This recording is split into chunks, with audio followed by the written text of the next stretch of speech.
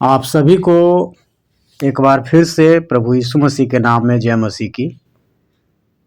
मेरे प्रियो, आज हम जो संदेश लेके आए हैं ये खजूर रविवार पर आधारित है, जिसे हम लोग इंग्लिश में पाम संडे कहते हैं। सबसे पहले मैं बताना चाहता हूँ ये खजूर रविवार क्या है। यह जो है प्रभु यीशु मसीह का यरूशलेम में विजय प्रवेश है। जब प्रभु यीशु मसीह इजराइल के बहुत सारे जगहों पर, बहुत सारे नगरों में जाकर अपनी सेवकाई को पूरा किए, तब अंत में इजराइल की राजधानी यरूशलेम में प्रवेश कर रहे हैं, जिसे यरूशलेम का विजय प्रवेश भी कहा जाता है। तथा जब यरूशलेम में प्रभु यीशु मसीह विजय प्रवेश करते हैं तो वहाँ पर सभी लोगों ने खजूर की डालियाँ को लेकर होसाना होसाना करके प्रभु यीशु मसीह का स्वागत करते हैं, और इसीलिए इसे खजूर रविवार भी कहा जाता है। मेरे प्रियो, खजूर जो पौधा है उसके अंदर कुछ गुण है, और इसीलिए भजन संहिता उसका 92 अध्याय और उसके 12 पद में लिखा है, धर्मी लोग खजूर के समान फूलेंगे और फलेंगे। खजूर एक ऐसा पौधा है जो कि बंजर भूमि पर भी, जहाँ पर उतना पानी का साधन नहीं है, वैसे जगहों पर भी इसे लगाया जाता है, लेकिन फिर भी ये पौधे फलते हैं। और खजूर के पौधे में यह विशेषता होती है कि इसके पत्ते कभी मुरझाते नहीं, हमेशा हरे भरे रहते हैं और सीधा ये ऊपर की ओर बढ़ते जाते हैं।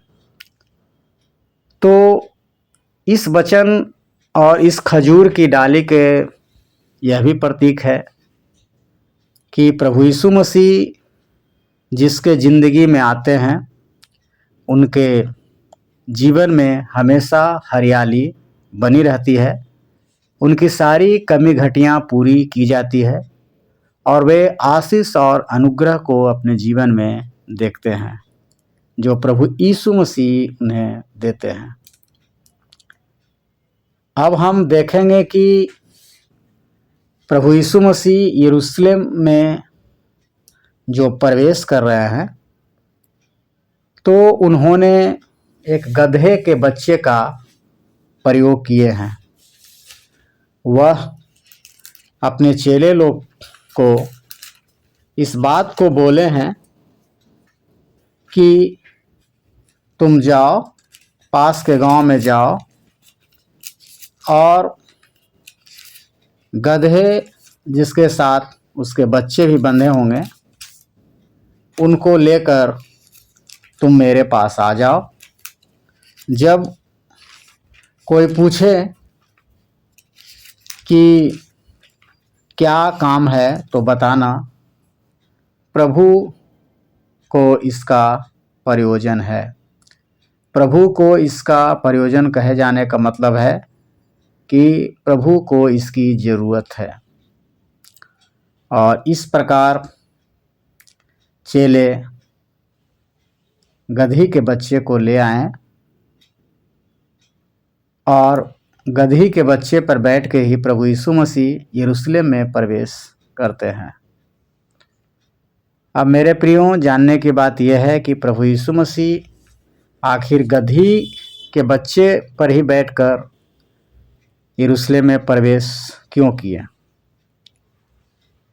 तो इसके पीछे कई कारण है। एक कारण यह भी है कि प्रभु यीशु मसीह के आने के बहुत वर्ष पहले जकरिया नामक भविष्यवक्ता के द्वारा भविष्यवाणी की गई थी, जो कि जकरिया उसका 9वां अध्याय और उसके 9 पद में हम देखते हैं। वहाँ पर लिखा है, हे सियोन बहुत ही मगन हो, हे यरूशलेम जय जयकार कर, क्योंकि तेरा राजा तेरे पास आएगा, वह धर्मी और उद्धार पाया हुआ है, वह दीन है और गधे पर वरन गधी के बच्चे पर चढ़ा हुआ आएगा।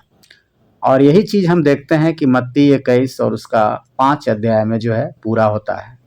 यहाँ पर भी लिखा है, सिय्योन की बेटी से कहो, देख तेरा राजा तेरे पास आता है, वह नम्र है और गधे पर बैठा है, वरन लादू के बच्चे पर है। तो इस प्रकार हम देखते हैं कि ये जो भविष्यवाणी प्रभु यीशु मसीह को इस संसार में आने के पहले जो जकरयाह नबी के द्वारा की गई थी, उसे पूरा करने के लिए भी प्रभु यीशु मसीह इस गधे के बच्चे का प्रयोग करते हैं, ताकि परमेश्वर के द्वारा जो बातें भविष्यवक्ताओं पर प्रकट की गई थी वह पूरी की जाए।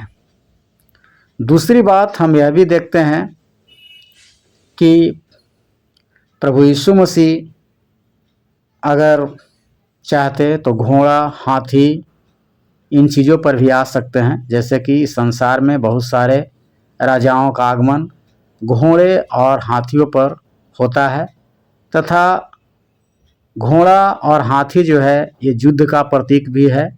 प्रायः देखा जाता है कि जब युद्ध होती है तो घोड़े और हाथी पर राजा के सैनिक लोग बैठ कर जाते हैं और युद्ध करते हैं।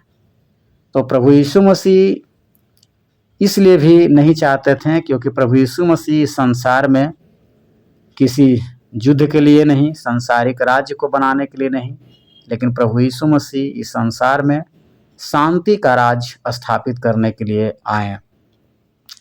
और वह चाहते थे कि इस दुनिया में शांति का राज स्थापित हो, कोई लड़ाई झगड़ा, कोई नफरत ना हो, लेकिन लोगों को प्रेम का संदेश देने के लिए इस संसार में आए। तीसरी बात हम देखते हैं कि गधा एक ऐसा जानवर है जो जानवरों में तुच्छ जाना जाता है। समाज में इसकी कोई वैल्यू नहीं है, वह केवल बोझ ढोने के लिए प्रयोग किया जाता है। उसके पीठ पर जितना भी बोझ लाद दिया जाए वह चुपचाप यहाँ से वहाँ बोझ ढोने का कार्य करता है। तो प्रभु यीशु मसीह भी हम देखते हैं कि संसार में सारे मानव जाति के पापों का बोझ अपने ऊपर उठाने के लिए आए और हम सबों को विश्राम और शांति को दिए हैं। जैसा कि हम मत्ती 11 और उसके 28 पद में देखते हैं, वहाँ पर लिखा है, हे सब परिश्रम करने वाले और बोझ से दबे हुए लोग, तुम मेरे पास आओ, मैं तुम्हें विश्राम दूंगा। और इस प्रकार हम देख सकते हैं कि प्रभु यीशु मसीह इस संसार में हम सबों को जिस पाप के बोझ से हम दबे थे, उन सारी चीज़ों को अपने ऊपर लेकर हमें रिलैक्स, हमें शांति, हमें आशीष देने के लिए इस संसार में आए हैं। चौथी बात हम यह भी देखते हैं कि प्रभु यीशु मसीह जानवरों में गधी के बच्चे का चुनाव इसलिए भी किए क्योंकि गधी का बच्चा जो है एक नम्र जानवर है, वह अपने मालिक के प्रति वफादार होता है। जितना भी बोझ लाद दिया जाए वह चुपचाप उस बोझ को यहाँ से वहाँ तक ढोने का काम करता है। और वह समाज में दबा कुचला जानवर है जिसकी कोई वैल्यू नहीं है, लेकिन फिर भी वह नम्रता के साथ अपने मालिक के प्रति वफादार होता है और जो भी बोझ उसके पीठ पर लाद दिया जाए लेकर एक जगह से दूसरे जगह पहुंचाने का कार्य करता है।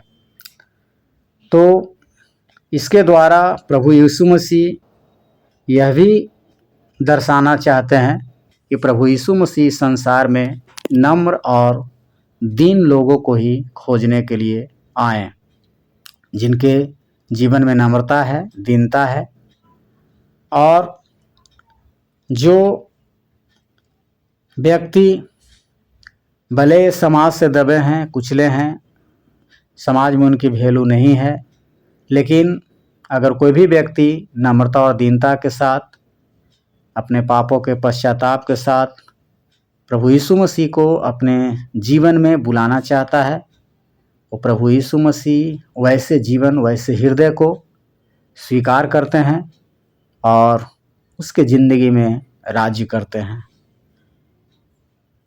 और इन सारी वचनों के द्वारा हम ये देखते हैं, हमें यह शिक्षा मिलती है कि प्रभु यीशु मसीह का यरूशलेम में विजय प्रवेश जिस प्रकार से लोगों ने स्वागत किए कि जब प्रभु यीशु मसीह गदही के बच्चे पर यरूशलेम में प्रवेश करते हैं तो लोग पेड़ों की डालियों को बिछाकर अपने घर के अच्छे अच्छे बेड बिस्तर को राहों पर बिछा दिए।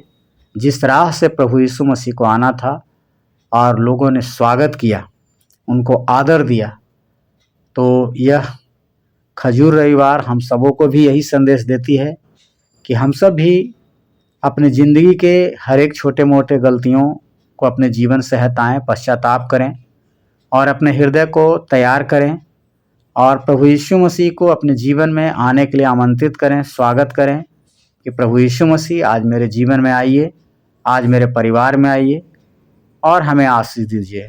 अगर हम नम्रता और दीनता के साथ अपने हृदय को खोलते हैं तो आज प्रभु यीशु मसीह हमारे और आपके जीवन में आने के लिए तैयार हैं और वो बहुतायत की आशीषों को देने के लिए तैयार हैं।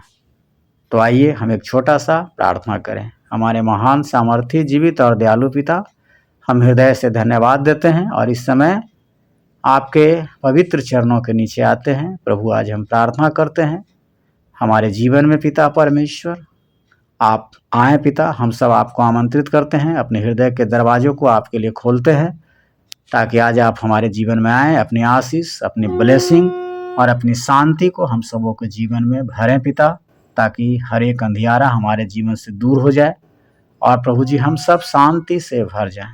प्रभु, हम सब कुछ आपके हाथ में सौंपते हुए प्रार्थना यीशु मसीह के नाम से मानते हैं, आमीन।